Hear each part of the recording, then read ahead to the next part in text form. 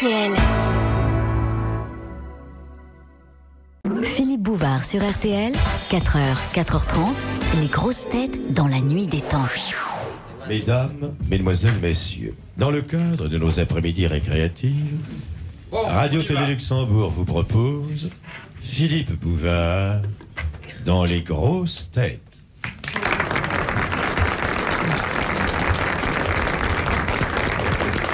Eh bien, le générique était signé par notre maître à tous, en tout cas un des maîtres du documentaire français, vous l'avez reconnu, c'est Jacques Martin,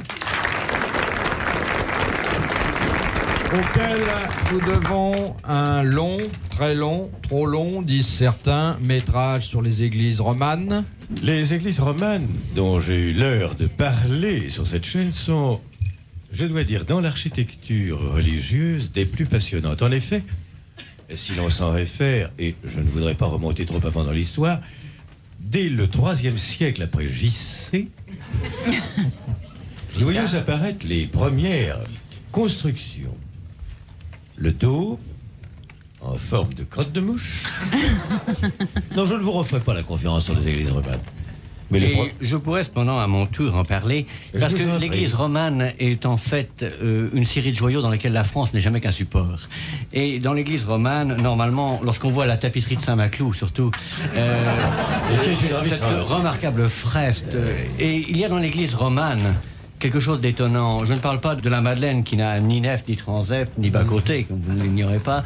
Dans l'église romane, il y a l'ordination totale, en fonction de la position de la nef et du transept, d'un désir de se rapprocher de Dieu. Et il y a, croyez-le, une transmission totale de ce corpus Christi dans l'architecture. Dites-moi, je voudrais vous poser une question intéressante. Pourriez-vous donner à nos auditeurs la recette de votre blanquette de veau à l'ancienne?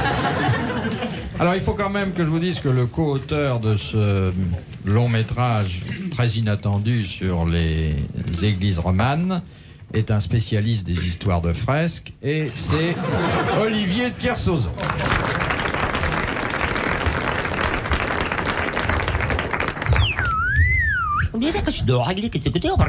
Radio Vatican.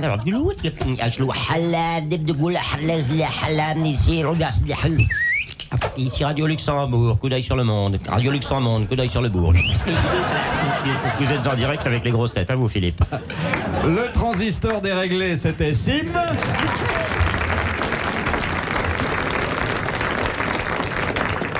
Et la caution culturelle est aujourd'hui gracieusement apportée par l'auteur, le co-auteur du Quid, Michel Frémy.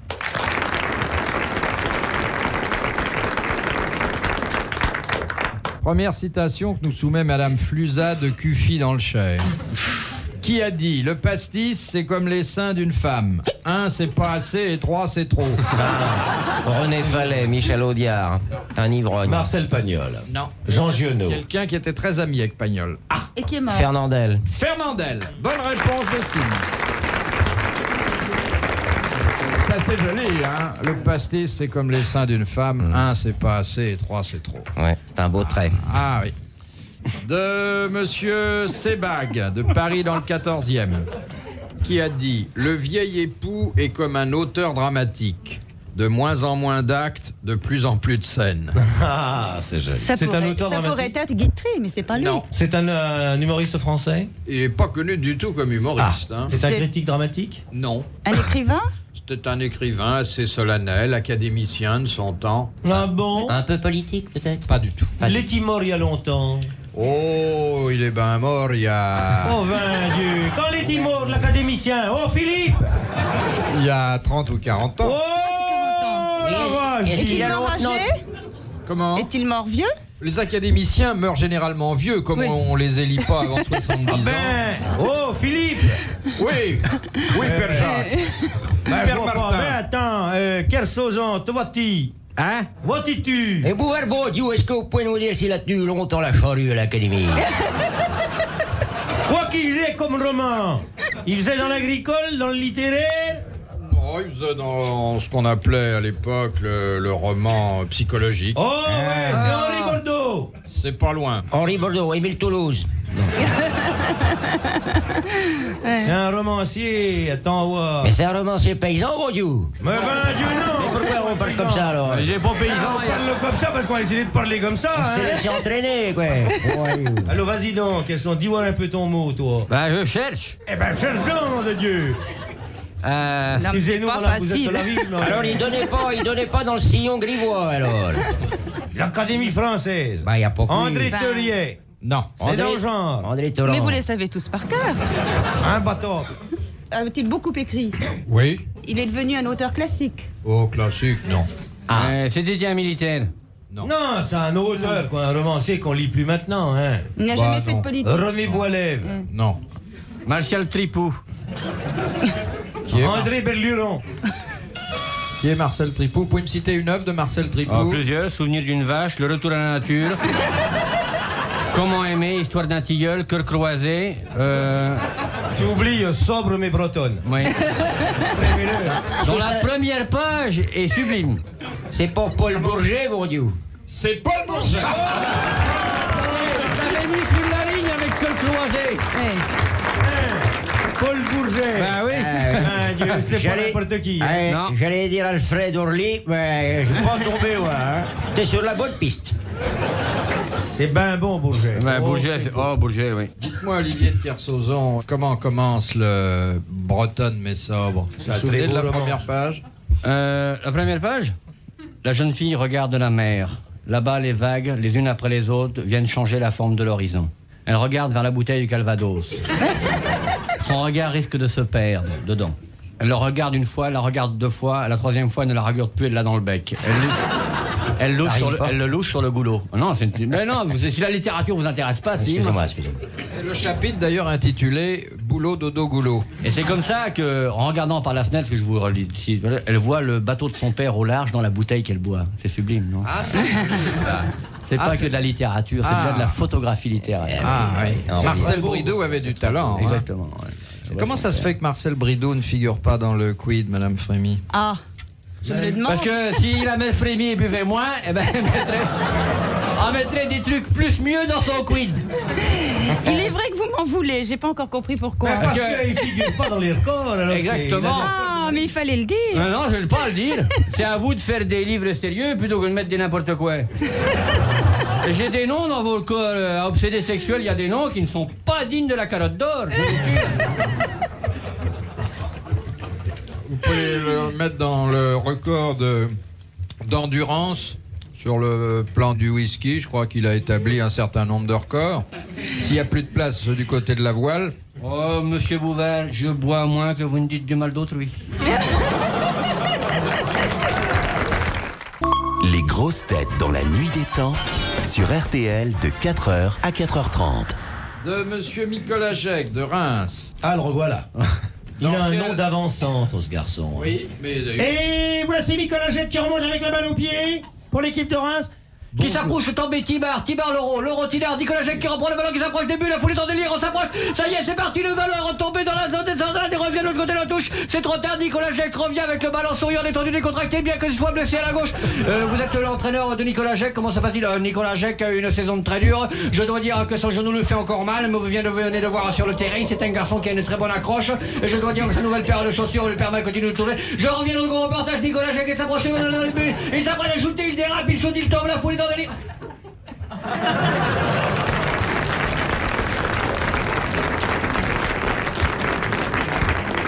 J'ai bien fait de débrancher les piles, hein, parce que sinon il y en avait pour 2 heures.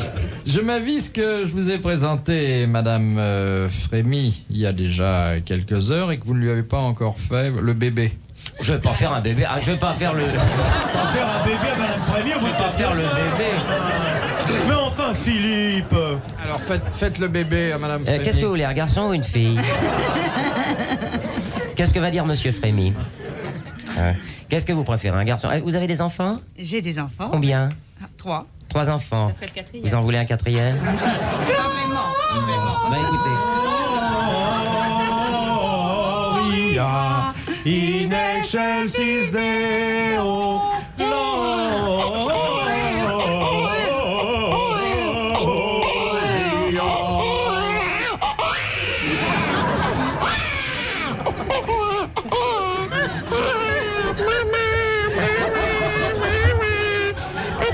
vous êtes la maman, Madame Frémy, qu'est-ce que je fais? On le garde ou je le pique? Pardon. Ne piquez pas, c'est un hérisson. Voilà, monsieur Sim vous a fait le bébé. Oui. C'est pas méchant. Mais c'est pas méchant. Hein. C'est très ouais. gentil. Ouais, j'avais tant de choses à vous dire. Mais est-ce qu'il vous est arrivé, Sine, en faisant un bébé, de faire le bébé? En faisant un bébé, de faire le bébé. Oui. Est-ce qu'il Eh vous bien, est écoutez, arrivé jusqu'à présent rarement, mais je vais y penser dès ce soir lorsque je vais rentrer retrouver ma charmante épouse. Est-ce que vous pourriez, au moment Crucial, faire un bébé, de lui faire... Ça s'appelle Bah, sonoriser les rapports. Écoutez, je ne sais pas, je vais essayer quand même. Je vais essayer. De Monsieur Nicolas Jacques, de oui, Reims. encore de lui. Exactement. Et voici Nicolas Jacques qui revient du vestiaire. Il a bien vaillé bref. Nicolas Jacques qui était relativement blessé, je vous le rappelle, lors de la première partie du match. N'a pas voulu se faire remplacer, c'est avec un courage qui fait l'animation de la foule. Il est très applaudi. Nicolas Jacques de Reims qui réapparaît sur le terrain. Dans quelles circonstances les Derrière le Japonaises... catafalque, Monsieur Nicolas Jacques arrive avec une gerbe offerte par le président de la République. Vous voyez que c'est difficile Pour la de veuve de poser une Nicolas Jacques, question. il est très difficile aujourd'hui de suivre ce cercueil. Nicolas Jacques, je vous le rappelle, poseur de questions permanent, homme étonné, homme de lettres et de culture, décédé après un duel à RTL. Vous voyez, Madame Frémy, il y a eu vous voyez, Madame deux Frémy. époques dans les grosses têtes. La première époque où il était plus difficile de répondre que de poser la question. Maintenant, c'est le contraire. Et ça devient très difficile de soumettre à ces messieurs qui pensent à toute autre chose qu'à la culture une question envoyée par les auditeurs. Alors, la... Jacques Martin qui vous parle en direct de RTL. Depuis quelques instants, Philippe Bouvard essaye de placer sa question. Et Nicolas Jacques qui arrive au virage. Dans quelles circonstances les Japonaises s'attachent-elles les deux jambes serrées l'une contre l'autre? Pour pas avoir d'enfants. Quand leurs japonais sont absents. Ah, est-ce une mortification volontaire? Non. C'est pour éviter quelque chose? Oui. Pour éviter d'avoir les jambes torves. Non. Lorsqu'elles vont se faire harakiri. Bonne réponse de Jacques Martin. Et pourquoi s'attachent-elles les jambes avant de se faire harakiri? Pour ne pas lever la jambe. Pour Pour éviter... pas être vu morte dans une position indécente. Exactement. Très bonne réponse d'Olivier de Kersauzon. Qui c'est qui a répondu? Ah, mais j'ai déjà dit bonne réponse de Jacques Martin. Il y avait deux réponses. Hein. Pourquoi vous y avez très bien répondu tous les deux. De Monsieur Mertens, de Nerwinden, en Belgique. Comment tu fais ça? Regarde, regarde. Alors écoutez, tout ça n'est pas très radiophonique. Hein. Alors, il faut que j'explique un peu ce qui se passe. Voilà, ces messieurs, Monsieur Martin et Monsieur Sim, se mettent sur la main des produits variés, cigarettes, chocolat, etc. Des Ils donnent un lentilles. coup sur l'avant-bras ou sur le poignet, et hop, ça se fiche entre leurs lèvres. Ouais. Bon. Avec Et- des lentilles, vous m'avez jamais vu faire ça? Non, mais avec un poids de 20 kilos, ça me ferait rire. Avec un verre de, Oh là. verre de liquide. là. Fais attention à mes dents. Non, n'offrez pas de cachou aux hôtesses, Monsieur Cachou, ma Martin. petite fille, viens. Viens chercher du chocolat dans la poche du monsieur. Viens, viens petite fille, quoi. Viens, mon petit bijou. C'est si gentil à cet âge-là. Viens, n'aie pas peur de mon couteau. Ah, c'est le numéro de vieux cochon dans lequel excelle Monsieur Martin. Je m'entraîne Ouais. avant la maison de retraite. Vos infirmières auront de bons moments. C'est pas les infirmières qui m'intéressent, c'est leurs enfants. Il faudrait vraiment faire quelque chose pour les jeunes. Vous, Monsieur de Kersauzon, vous êtes aussi porté sur la petite fille? Ah, énormément. Il a vécu maritalement avec une sirène de 3 mois. Viens, mon petit bijou, viens. Oui, mais tant que t'auras des cachots comme ça, je viendrai pas, hein.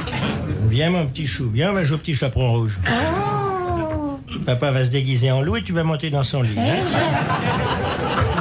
D'accord. Hein. Bon, j'arrête là cette représentation parce que j'ai peur que ça ne concerne plus les Parce que enfants. nous avons fait des années de théâtre pour enfants. Ah oui, Oui, nous faisons partie du théâtre Landru aussi. Oui. moi. On a fait le théâtre du petit monde. Alors, la question de Monsieur Mertens de Nerwinden en Belgique, la voici. Si l'on en croit le Kama Sutra, Ah, Oh là. quels problèmes sexuels ont les personnes chatouilleuses? Eh ben, elles peuvent pas y arriver parce qu'elles rient tout le temps. Précoce. Non. Non. Les personnes Non. chatouilleuses sont frigides. Oui. Mais oui. Elles ont face à la sexualité une espèce Une de attitude peur d'une qui régression. débouche sur la frigidité. Sur la frigidité. Très bonne réponse de Jacques Martin. Ça leur suffit alors? Ça leur suffit. Bah oui, faut croire. C'est l'orgasme au moment de la rigolade.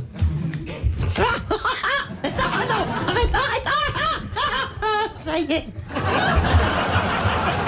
Les grosses têtes dans la nuit des temps. Sur RTL, de 4h à 4h30. Les grosses têtes dans la nuit des temps, en avril 1981, autour de Philippe Bouvard, Olivier de Kersauzon, Jacques Martin, Sim et Michel Frémy. De Madame Billet de Villeurbanne dans le Rhône. Elle est d'où? Ah, Madame Billet d'où? Ah, c'est joli. Ah, bah si, bah si. Oui, d'accord.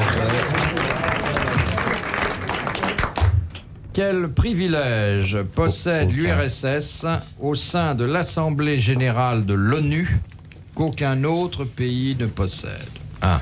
Il y a plusieurs représentants. Non, politique. Politique. Il n'y a pas plusieurs représentants. Si, il y a 3 représentants pour l'Union soviétique. Très bonne réponse d'Olivier de Kersauzon.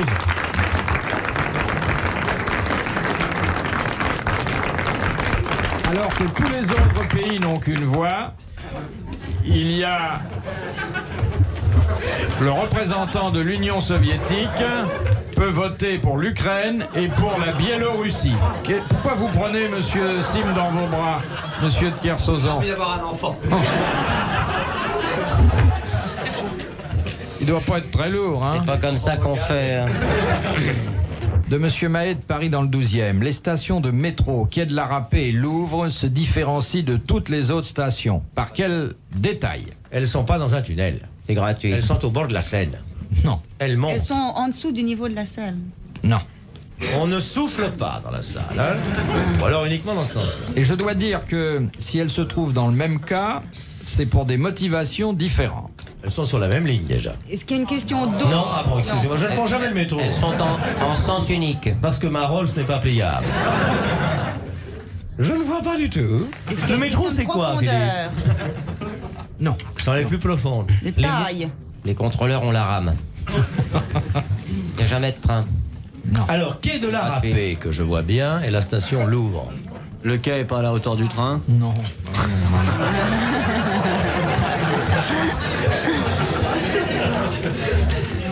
Quai de la Râpée. Question Eh bien, d'accès. C'est dans le décor, c'est dans quoi? C'est dans le décor. Ah bah Louvre, c'est rien que de la caillasse et... Non, le Louvre, c'est des reproductions. Mais ouais. Alors le Louvre, effectivement, il y a des reproductions. Et la râpée, c'est des d'œuvres d'art. reproducteurs.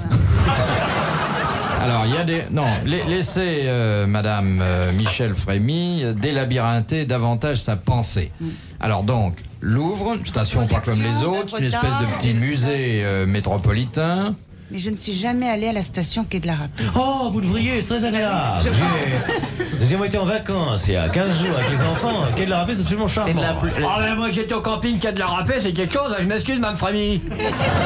Plutôt que de laisser votre caravane dans les beaux quartiers, faut venir au Quai de la Râpée, c'est ok. Il y a un Vater et tout, il y a des Belges en voisin et tout, vous êtes bien.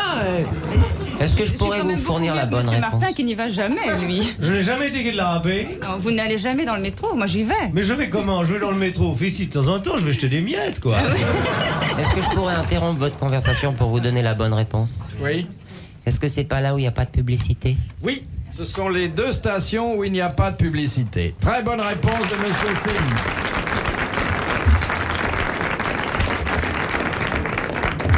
Avec son air de pas y toucher.